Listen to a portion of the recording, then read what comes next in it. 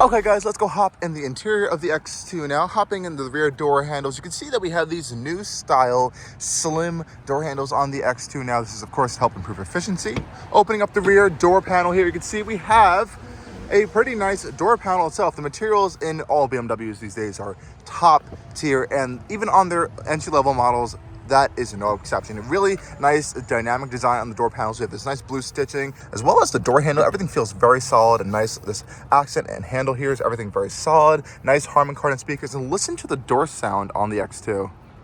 Nice solid funk there. Let's hop inside. And off the bat, we can see here that this is truly an entry-level BMW product here. Let's close the door up here. Again, really like the solid door thunk on the X2, but I can't deny it is a little bit on the tighter end and the back end of this vehicle, and the X1 as well.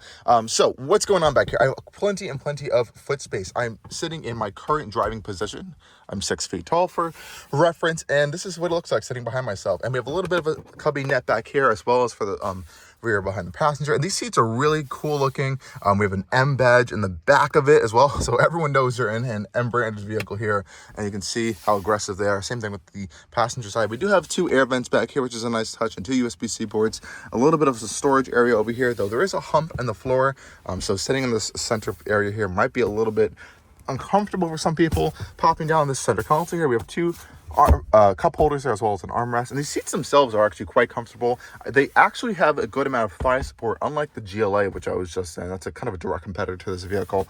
The seats themselves are very nice. It's the BMW's Vaganza material. It's vegan leather, as well as this vegan kind of Alcantara style Sensatex material in the center. Really nice. We have this stitching in here, and it feels very well supported, very comfortable back here, I have to say. And again, really lovely design for the door handles. And even though we have a sloping rear roof line, they actually cut out spaces here for your heads. So I actually have no issues with headroom back here whatsoever. So I thought this was going to be an issue versus the X1. No problem at all. But we do have this really gorgeous and large panoramic glass roof that cannot open. So this is a fixed panoramic glass roof here. Unfortunately, it's gorgeous, but I do wish we did have the ability to open it. I think that kind of defeats a little bit of this purpose in an SUV some of these days. Lovely ambient lighting surrounding this entire interior. You can't really see it too much right now because it is daytime, but it is honestly a fine place to be. Longer trips might be a little bit cramped. You do have some nice big windows back here.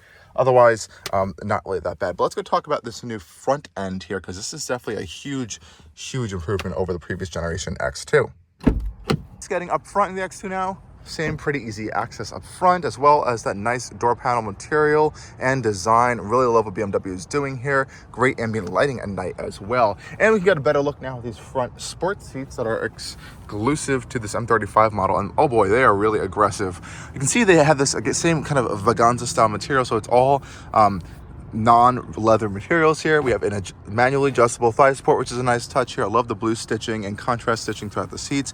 Check out these little M badges as well in here, as well as this really cool pattern in this top portion here. There's kind of like this red and blue pattern behind the perforation of this material, which is a really nice touch. These M badges do also glow, so really cool stuff they're doing on these interiors. I think it really fits into this fun, playful message they wanted to do on these M35 models. But let's hop inside now. Again, really nice solid funk from those doors here, and check out this new cockpit of the next generation entry-level BMW interior. Let's start it up here with a center start-stop button here that is illuminated. And it comes to life pretty quickly for us. Okay, everyone, so what are we looking at in this interior? This is BMW's next generation interior design. Oh my gosh, it is really incredible. This, compared to something like a Mercedes GLI or even an Audi Q3, this is like galaxies ahead of those two interiors. The quality is literally like tank-like. If you've been in any recent BMW's interior quality, they're built like rocks, and in a very good way. Everything's put together so solidly. All the material choices in here are fantastic. Everything is just really, really well well built, and this is no exception in this particular interior. So again, huge kudos to BMW. And once you start looking at all the details, you can see the incredibly nice materials in here. We're going to start off with those materials. On the door panels here, we have that nice blue stitching that continues over into the dash all the way around. We have this really nice kind of micro suede style inserts on the dash, and check out this aluminum trim on this dash panel here. It has this kind of red, gray, and gradient of this pattern on here, which is a really cool touch, and it continues across the entire dash. And this is truly real aluminum. It gets so hot in the sun. I actually almost burned my hand kind of trying to touch it the other day, but it looks really, really gorgeous. You can see the ambient lighting is integrated in it, as well as accenting this new iDrive9 screen here. And up front, you can see this all new steering wheel design, really chunky steering wheel here. It's really fitting with the M branding of these steering wheels. We also have these really nice paddle shifters that extend across the steering wheel here. This kind of hollow portion here. We have a boost paddle on this one, on the downshift paddle, so we can hold this for an additional little bit of boost from the engine, which is a nice touch. We also have our controls for our digital cluster, so we can kind of cycle through all of these fun displays in the center. We can also cycle through a whole bunch of fun displays for the layout of the screen, specifically in your personal mode, and for the heads-up display as well. This is a really customizable and huge view heads-up displays, especially for this class. This iDrive9, as of right now, it's unique to the X2 and the X1, and the big unique portion of it is that it ditches the iDrive controller, so you don't actually have that iDrive knob anymore. This is a pure touch-based infotainment system, and it's a little bit funky. It's Android based. It's using Android software now.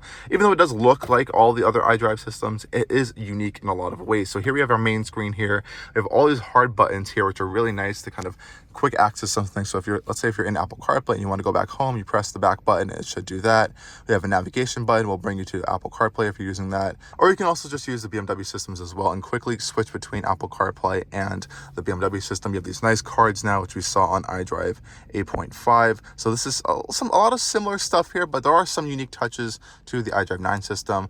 We have our adaptive climate control system here, all built into this screen. So everything's really built in here, and our app drawer is just a little bit different of a layout versus the iDrive 8.5 and 9 systems, as well as the drive settings. So if you go over to drive settings, and let's say you go to driver assistance, you get this really unique card style layout here to kind of display all of your safety and warning systems. And honestly, I think this is a really great feature, because I think there's a lot of confusing systems in these new vehicles, and this kind of visualizes a lot of it for the customer, which is going to be really helpful in the long term to learning this information. You really do have to log into your BMW ID to kind of access all of the features. A lot of things are actually hidden behind it, like even adding these shortcuts.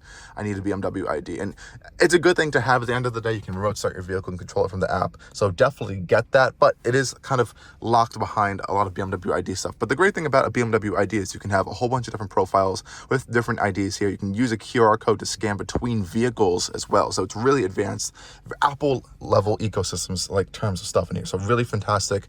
This floating center console area over here is really cool, and I thought it was going to feel cheap or flimsy, but just like everything else in this area, it's built like a tank, and there's this cool kind of supporting arm on the other side, so you have a lot of access for the driver over here for all the storage space, 2 USB-C ports, 2 cup holders over here, and the passenger side does have this arm here kind of blocking this little portion here, but they still have access to all of this other space here. We have a small little center storage area cubby here. It only opens one way, but we do have a glove box as well.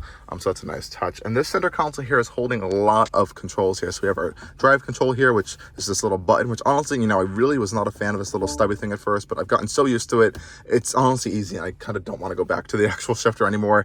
We have our My Mode controller here. So we have 3 particular modes in here, as well as a lot of settings within the sports screen, which we'll get to in a little bit. We have a quick access button over here for our drive settings, as well as our safety systems. We have an auto hold function, as well as our automatic parking, reverse assistant, 360 cameras. You really have it all in this X2, especially for this fully loaded M35 model. You're getting all the great features, and BMW's camera systems are just top tier in terms of their quality as well. Nice physical controller for our volume knob, feels very nice. We have also physical controllers for our forwarding and reversing for our tracks, which is a nice touch as well. So a lot of great features here. They've also fixed something from the previous X2. Those had a little bit of a more open center console here. My leg always would just fall into this open space. Now we have a more sculpted center console here, which you can rest your leg on, which is again a great touch. So big improvement there. And I love this wireless charging space over here. When you put your phone in here, you have this little kind of cubby here that you can open to put your phone in, lock it into place so it doesn't slide around. There's a rubber gasket behind it so it doesn't hurt your phone, and this whole thing will light up to illuminate that it knows your phone's there. And you can see there's vents in here to disperse air on your phone so it doesn't overheat. So again, a lot of nice thought put into this whole center console area and system. Really like that there. Climate systems, again, all in your infotainment screen, but there are 2 physical buttons here for air defrost, which is a nice touch, and our vents, there are plenty of vents in here to kind of move around to adjust your airflow, so really no complaints on that front. We don't have any sort of rear view camera as a mirror, which BMW doesn't do at all. Hopefully they kind of catch on to that trend because it is actually useful in some situations. We also have a illuminated sun visor, as well as an interior camera if you want to take some selfies as well, or monitoring your interior while you're not in the vehicle. And since this sunroof does not open, it just has a sunshade you can close it up with if you don't want the sun blaring on you in the heat. So a nice touch there. And I love their digital vehicle architecture here. So if I press this button right here, it brings me up to this page where I can control every single light on the interior through the screen, not necessarily through the touch buttons for the lights controls over here. So that's a really nice touch. Everything's really integrated through this system. So BMW does a great job of that, especially for our lighting controls here.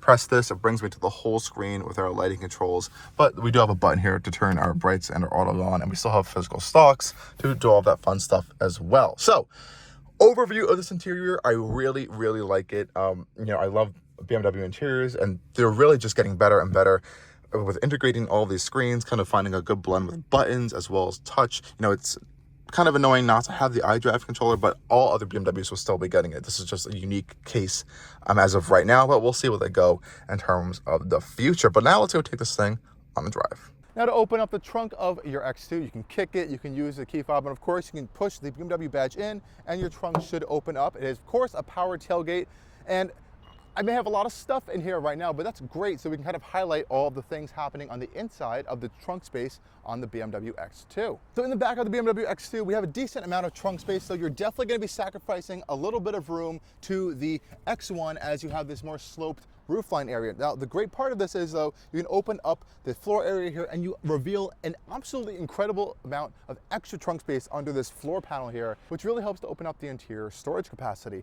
Otherwise, I really don't have any complaints with this storage space. You can, of course, fold that second row down to increase your storage capacity just a little bit more, and you can remove this rear kind of cargo cover if you're not a fan of it, though I would just keep it in place just for some privacy and security purposes. Otherwise, your load floor height is just a little bit on the higher end, but I think the opening is pretty wide enough to kind of fit some larger objects in there. I honestly think you can fit golf clubs in there, a full bag of golf clubs, with those cutouts on the side as well. So really no worries in terms of cargo space, unless you're hauling something a little bit on the taller side.